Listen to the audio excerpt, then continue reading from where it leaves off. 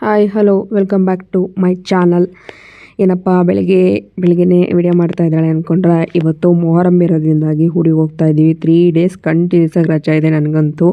4th ಸ್ಯಾಟರ್ಡೆಯಿಂದ ಆಗಿರೋದ್ರಿಂದಾಗಿ ನಮ್ಮ ಮನೆಯವರು ರಜಾ ಹಾಕ್ಕೊಂಡು ಹೋಗೋಣ, ಪಾಪು ನೋಡ್ಕೊಂಡು ಬರೋಣ, ಹಂಗೆ ಸ್ವಲ್ಪ ಹರಕೆ ಇತ್ತು. ಮನೆ ದೇವ್ರಿಗೆ ಹೋಗಿ ಅಲ್ಲೇ 5 years ಮೇಲಾಗಿತ್ತು. ಸೊ ಹಾಗಾಗಿ ಇವತ್ತು ಫ್ರೈಡೇ ಇದೆಯಲ್ಲ, ನಮ್ಮ ಮನೆ ದೇವ್ರ ವಾರ, ಅದಕ್ಕೋಸ್ಕರ ಹೋಗೋಣ ಅಂತ ಡಿಸೈಡ್ ಮಾಡಿಕೊಂಡು, ಸ್ವಲ್ಪ ಕೆಲಸ ಕೂಡ ಇದೆ, ಅದಕ್ಕೋಸ್ಕರ ಬೇಗನೆ ಬಿಟ್ಟು 4-5 ಹೊರಡ್ತಾ ಇದ್ದೀವಿ. ನಾವು ನೈಟು ಕೂಡ ನಮ್ಮ ಅಣ್ಣವ್ರ ಮನೆಗೆ ಹೋಗಿದ್ದು. ಅಲ್ಲಿ ಬಂದು ಮಲಿಕೊಳ್ಳೋಷ್ಟೊಳಗೆ 1 o'clock ಆಗಿತ್ತು. ಸರಿಯಾಗಿ ನಿದ್ದೆ ಕೂಡ ಆಗಿಲ್ಲ. ಏನು ಮಾಡೋದು, ಕೆಲಸಗಳಿದೆಯಲ್ಲ, ಅದಕ್ಕಾಗಿ ಬೇಗ ಹೊರಡ್ತಾ ಇದ್ದೀವಿ. ಇನ್ನು ಊರಿಗೆ ಹೋಗೋಷ್ಟೊಳಗೆ ಎಷ್ಟೊತ್ತಾಗುತ್ತೋ ಗೊತ್ತಿಲ್ಲ. ಬಂದು ನಾವೇ ಟಿಕೆಟ್ ತೊಗೋಬೇಕಿತ್ತು. ಅಲ್ಲಿ ಟಿಕೆಟ್ ಕೊಡೋರು ಯಾರು ಇರಲಿಲ್ಲ. ಬೆಳಗ್ಗೆ ಆಗಿರೋದ್ರಿಂದಾಗಿ ನಮ್ಮ ಮನೆಯವರು ಇಲ್ಲೇ ಪಾರ್ಕ್ ಮಾಡಿದ್ರು, ಮೆಜೆಸ್ಟಿಕಲ್ಲೇ. ಫಸ್ಟು ನಾವು ಸ್ಯಾಟ್ಲೈಟ್ಗೆ ಹೋಗ್ತಿದ್ದೋ, ಅಲ್ಲಿ ತುಂಬ ಜಾಸ್ತಿ ಪಾರ್ಕಿಂಗ್ ಚಾರ್ಜಸ್ ಎಲ್ಲ ಇತ್ತು. ಇವಾಗ ಇಲ್ಲಿ ಏನಷ್ಟೊಂದಿಲ್ಲ ಅಂತ ಹೇಳ್ತಾಯಿದ್ರು.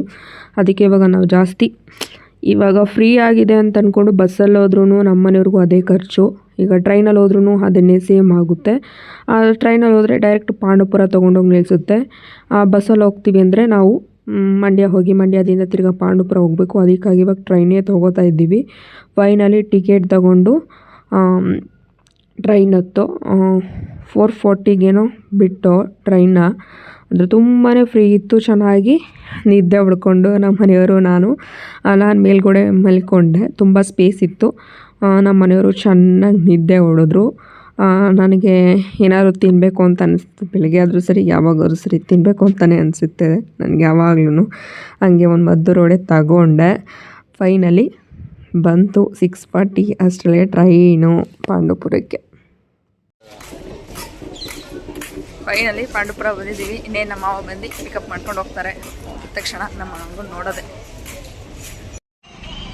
ನಾವು 4:40ಗೇನೋ ಬಿಟ್ಟು ಇವಾಗ 7 o'clock ಅಷ್ಟೊಳಗೆ ಪಾಂಡವಪುರ ರೈಲ್ವೆ ಸ್ಟೇಷನ್ ಹತ್ರ ಇರ್ತೀವಿ. ನಮ್ಮ ಮಾವಂಗಾಲೆ ಇನ್ಫಾರ್ಮ್ ಮಾಡ್ದೋ, ಇನ್ನೂ ಬಂದಿಲ್ಲ, ಅದಕ್ಕೋಸ್ಕರ ವೆಯ್ಟ್ ಮಾಡ್ತಾ ನಿಂತಿದ್ವಿ. ಫೈನಲಿ ನಮ್ಮ ಮಾವ ಬಂತು. ಇವರೇ ನೋಡಿ ನಮ್ಮ ಮಾವ ಬಂದರು.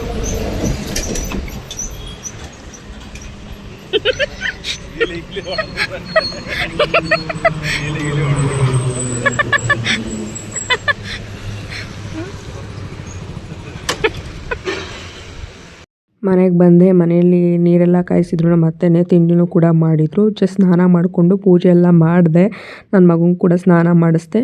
ನಮ್ಮ ಮನೆಯವರು ಸ್ನಾನ ಮಾಡ್ಕೊಂಡು ತಿಂಡಿ ಮಾಡ್ತಾಯಿದ್ರು. ನಾನು ಪೂಜೆ ಮಾಡ್ತಾಯಿದ್ರೆ ನನ್ನ ಮಗ ನಾನು ಮಾಡ್ತೀನಿ ಅಂತ ಅವನು ಕೂಡ ಮಾಡ್ತಾ ಇದ್ದಾನೆ. ಇವಾಗ ನಮ್ಮ ಮನೆಯವ್ರ ತಿಂಡಿ ಆದ ತಕ್ಷಣ ಹೊರಡೋದು ಅಷ್ಟೇ. ನಂದೆಲ್ಲ ರೆಡಿ ಆಗಿದೆ.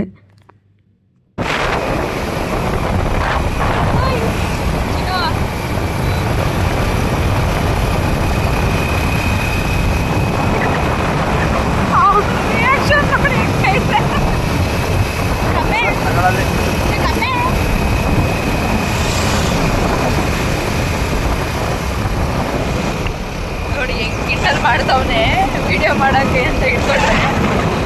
ದೇವಸ್ಥಾನಕ್ಕೆ ಹೋಗೋಕ್ಕಿಂತ ಮುಂಚೆ ಬಸರಾಳಲ್ಲಿ ಸ್ವಲ್ಪ ಕೆಲಸ ಇದೆ, ಅದಕ್ಕಾಗಿ ಜ್ಯುವೆಲರ್ಸ್ ಅಂಗಡಿಗೆ ಬಂದಿದ್ದೀವಿ. ಸ್ವಲ್ಪ ನಾವು ಮಾಡಾಕೋದಿತ್ತು, ಮಾಡಾಕ್ಬಿಟ್ಟು ಹಂಗೆ ನಾನು ಕಾಲುಂಗುರ ಕೂಡ ತೊಗೊಳ್ಳೋಣ ಅಂದ್ಕೊಂಡೆ.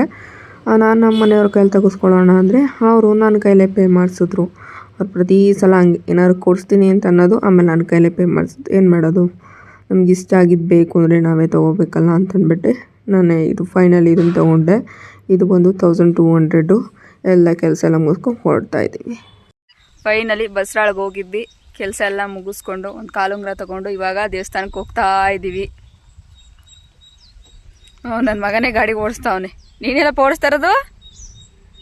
ಯಾರು ಓಡಿಸ್ತಾ ಇರೋದು? ಅಪ್ಪ ನೀನು ಇಬ್ರು ಓಡಿಸ್ತಾ ಇದ್ದೀರಾ? ಈಗ ಎಲ್ಗೋಯ್ತಿದ್ದೋ ನಾವು? ಯಾವ ಮಮ್ಮಿಗೆ?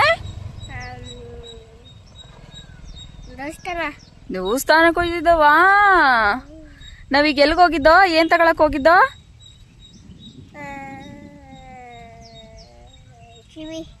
ಕಿವಿ ತಗಕ್ ಹೋಗಿದ್ದೋ ನಾವು. ಯಾರಿಗೆ?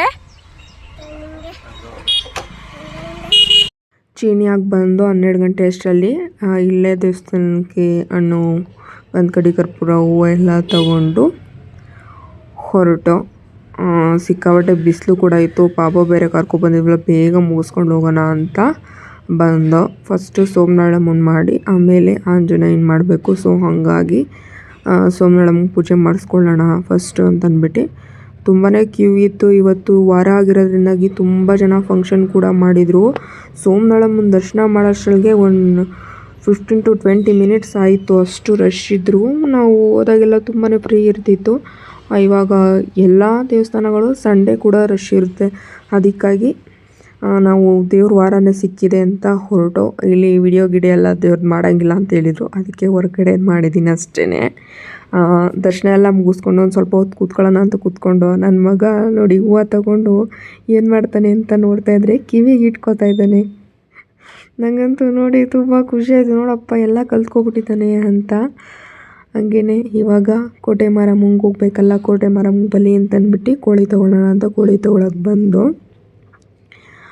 ನನ್ನ ಮಗ ಇವಾಗ ಅಂಗನವಾಡಿಗೆ ಹೋಗಿ ಶುರು ಮಾಡ್ತಾನಿಂದ ಎಲ್ಲನೂ ಹೇಳ್ತಾನೆ. ಏನು ಕಲ್ತಿರ್ತಾನೆ ಪ್ರತಿಯೊಂದು ಕೂಡ ಅವ್ರ ಅಪ್ಪನ ಜೊತೆ ಹೇಳಬೇಕು. ಅವ್ನಿಗದೊಂದು ಖುಷಿ ಅವ್ರ ಅಪ್ಪನ ಜೊತೆ ಹೇಳ್ಕೊಳ್ಳೋದು. ಹಾಗೆ ಕೋಳಿ ತೊಗೊಂಡು ಇವಾಗ ನಾನು ಮಾತ್ರ ಆಂಜನೇಯಂಗೆ ಹೋಗಿದ್ದು ಪೂಜೆ ಮಾಡಿಸ್ಕೊಂಡು ಬಂದೆ. ಅವ್ರ ಅಪ್ಪ ಮಗ ಕೋಳಿ ಹಿಡ್ಕೊಂಡು ಕೂತಿದ್ರು. ಹಾಗೆ ಕೋಟೆ ಮಾರಮ್ಮಂಗೂ ಕೂಡ ಪೂಜೆ ಮಾಡಿಸ್ಕೊಂಡು ಇವಾಗ ಕೋಳಿ ಕಟ್ ಮಾಡ್ತಾ ಇದ್ವಿ. ಇದಕ್ಕೆ ಕಂಪಲ್ಸರಿ ಕೋಟೆ ಮಾರಮ್ಮಂಗೆ ಮರಿ ಕೋಳಿ ಇದೇ ಇರುತ್ತೆ. ಹಂಗೆ ಎಲ್ಲ ಮುಗೀತು. ಅವ್ನಿಗೆ ಆಟ ಸಾಮಾನು ತಗೊಳ್ಳೋ ಸಮಯ ಇವಾಗ.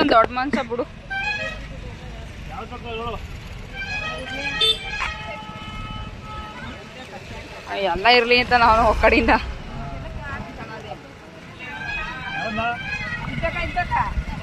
ನಮ್ಮ ಪಾಪ ದೇವಸ್ಥಾನಕ್ಕೆ ಎಂಟ್ರಿ ಆಗ್ತಿದ್ದಂಗೆ ಅಪ್ಪ ಅದು ತಗೊಡು ಇದು ತಗೊಡು ಇದು ತಗೊಡು ಅಪ್ ತಗೊಡು ಅಂತ ಹಿಂಸಿಗ್ತಾ ಇದ್ದ. ನಮ್ಮ ಮನೆಯವ್ರು ಫೈನಲಿ ಒಂದು ತೊಗೊಟ್ಬಿಟ್ಟು ಬೇಗ ಬೇಗ ಬಾ ಟೈಮ್ ಆಯಿತು ಅಂತಂದ್ಬಿಟ್ಟು ಕಾರ್ ತೊಗೊಂಡ್ರು. ದೇವಸ್ಥಾನಕ್ಕೆ ಹೋದ್ಮೇಲೆ ಕಡಲೆಪುರಿ ಖಾರ ಅಂತೂ ಮಿಸ್ ಇಲ್ಲ. ತುಂಬಾ ಚೆನ್ನಾಗಿರುತ್ತೆ ದೇವಸ್ಥಾನದಲ್ಲಿ ತೊಗೊಳ್ಳೋದು. ಕಡಲೆಪುರಿ ಖಾರ ತೊಗೊಂಡು ಹಾಗೆ ಮನೆಗೆ ಮಟನ್ ತಗೊಳ್ಳೋಣ ಅಂತ ಹಿರಿಮಳ್ಳಿ ಗೇಟಲ್ಲಿ ತಗೊಂಡು ತುಂಬಾ ಚೆನ್ನಾಗಿತ್ತು. ಆ ದೇವಸ್ಥಾನದಲ್ಲಿ ದರ್ಶನ ಕೂಡ ತುಂಬ ಚೆನ್ನಾಗಾಯಿತು. ವಿಡಿಯೋ ಇಷ್ಟ ಆಗಿದ್ರೆ ಒಂದು ಲೈಕ್ ಮಾಡಿ.